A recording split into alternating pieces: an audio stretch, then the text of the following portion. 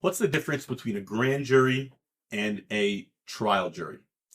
In New York, if you're charged with a felony, before you can be prosecuted on that felony and for it to go to trial, or even to plead guilty to a felony, you must be indicted on that felony. There's only two ways to be indicted. And again, indicted doesn't mean that you're guilty. It's just before you even get to that point. You can be indicted by a grand jury, which means that the district attorney presents evidence in front of the grand jury.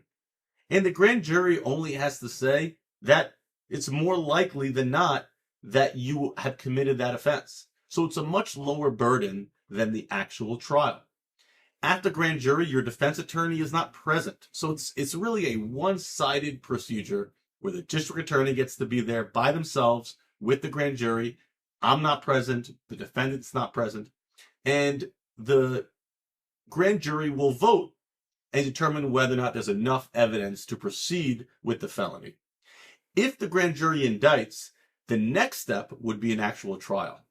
At a trial, you would have a jury like you see on TV.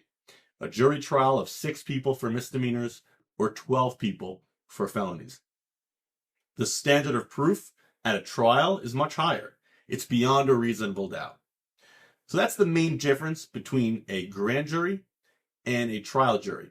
As far as you responding to your jury summons, it's also a big difference. If you get picked for a trial, some trials can be short, like a day, 2 days, a week. Some trials can be a month. A grand jury, though, is at least 2 weeks. So if you get picked for a grand jury, you have to expect to be there every day for 2 weeks. And those are the big differences between the two types.